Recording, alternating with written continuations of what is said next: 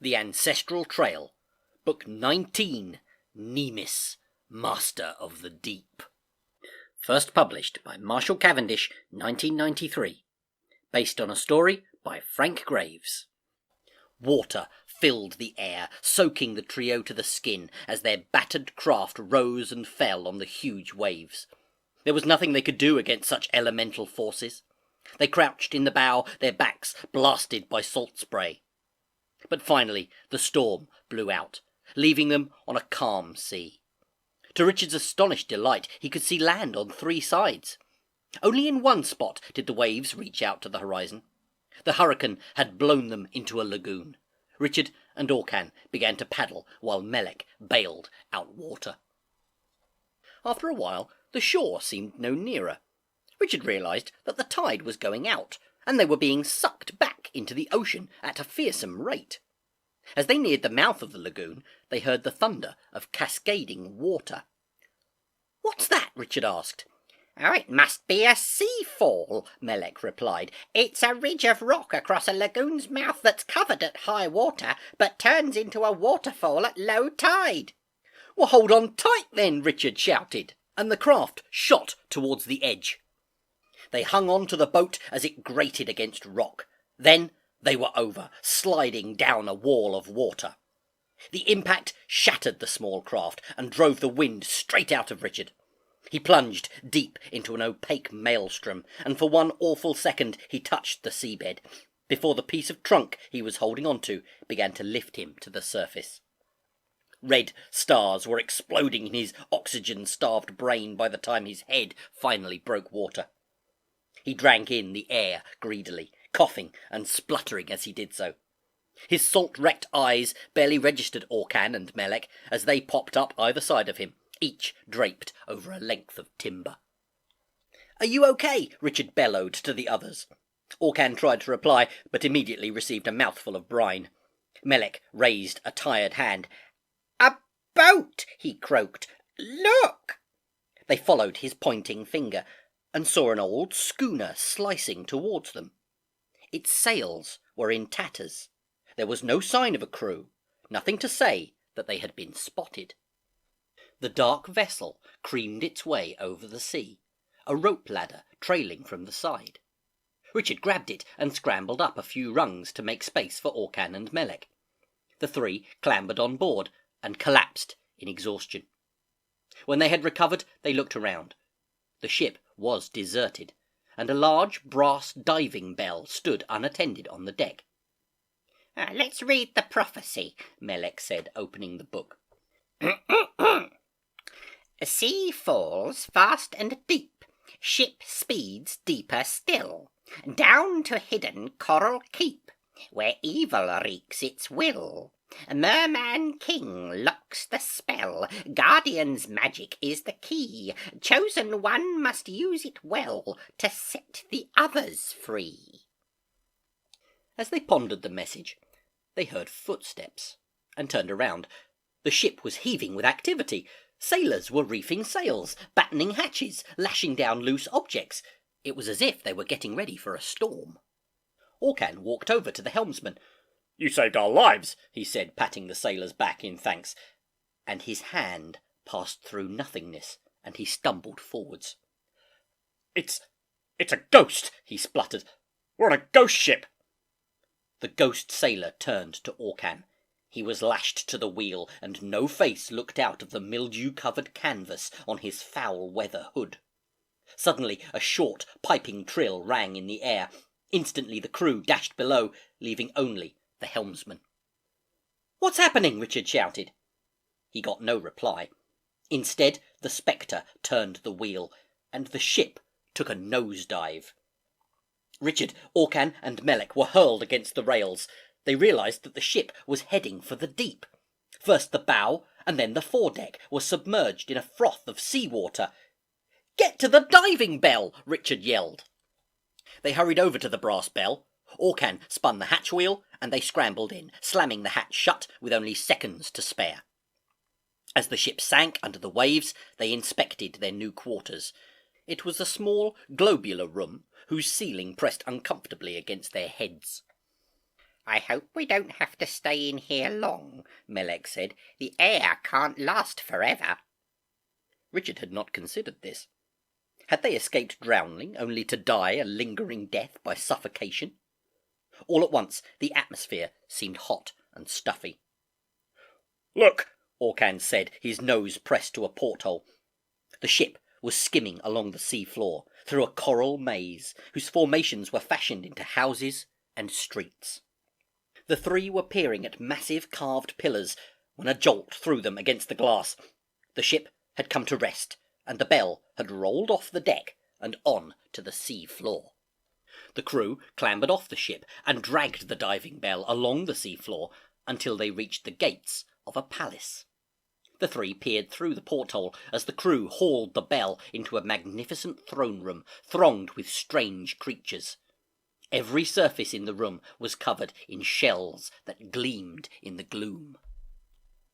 A vicious-looking merman holding a coral trident floated towards them. "This must be Nemis, the merman king," Melek murmured. The merman swirled to a stop by the porthole and peered into the bell. His features were thin and pinched, and a bony nose jutted between cold, slanting eyes. His menacing stare held them entranced before he finally spoke. "At last, the chosen one! I have waited for such a prize." The three were astonished to find they could hear underwater. "You can join the twin guardians of the fishes, Tishon and Shlanta, until I deliver you to the evil one." He made a sweeping gesture toward a net in which two figures covered in spines and feathery fins writhed helplessly. Nemis waved his hand upwards. A huge octopus was floating gently down towards the bell. Its tentacles fanned out beneath a huge black hood, and thin tendrils of ink dribbled from its beak as it prepared to enfold the three in its grip. Richard was trying to remember the words of the prophecy when he sensed Golan's voice saying, "Free the guardians, and you too will be saved." Turning to his companions, he said, "We've got to free Tishon and Shantar." The other two nodded in agreement. Richard spun the hatch wheel. Water gushed in around the edges.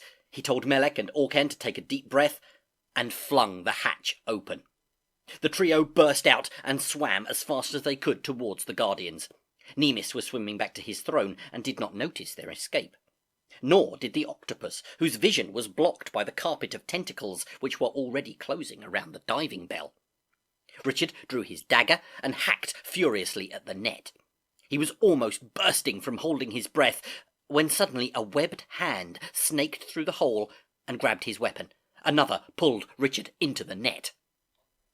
A scaly mask was pressed to his face, and miraculously, Richard could breathe. He saw one of the Guardians rip through the net with his dagger. Tishon and Shantar were free. They clamped masks over the faces of Orcan and Melek, and for the first time since going underwater, Richard felt a sense of hope. By now, Nemis was aware of the escape and was hurtling back towards them, his trident poised to strike. The Guardians came at him from either side, but he was able to keep them at bay, and even succeeded in driving them back. But Richard then felt a disturbance in the water. The octopus had uncurled itself from the diving bell and was swirling towards the Guardians. Tishon and Shantar were at his mercy.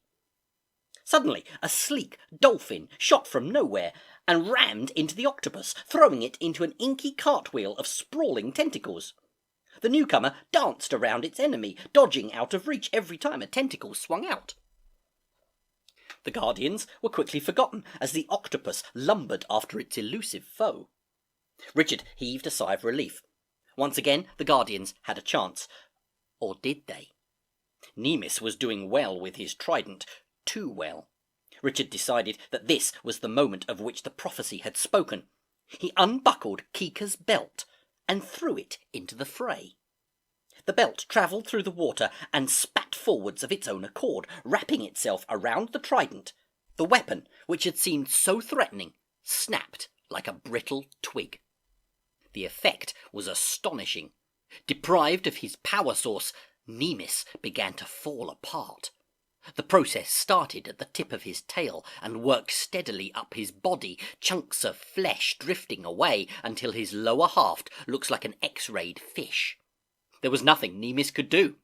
His face was the last to go, slobbering off the bone in lumps and shreds. All that remained of the merman was a pile of foul matter on the seafloor, and a frail skeleton that rose and fell idly on the current. Richard looked around him.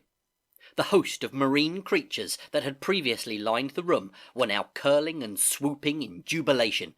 The spell on them had been lifted. The dolphin swam up to Richard and the guardians. "Where did the dolphin come from?" Richard asked Tishon. "It's Dunar, last of the sea mammals," the guardian replied. "He managed to escape the spell that fell on the rest of his people and has been a constant thorn in Nemis's side. We were lucky he was here today." "Dunar will carry you back to land," Shunter said. "Where are you heading next?"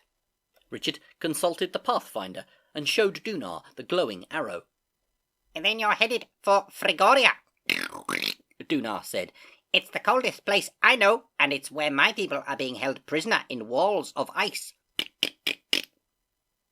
"That's where the Pathfinder directs us, so that's where we must go," Richard replied. "Perhaps we can help your people." "Take this," Shunter said, handing Richard a small bottle. "It's a special oil which will protect you from the worst of the cold if you rub it into your skin. Good luck, and thank you for saving us from Nemis. May you fare as well in your next encounter." Shunter and Tishon raised their hands in salute and swam to join their newly freed forces.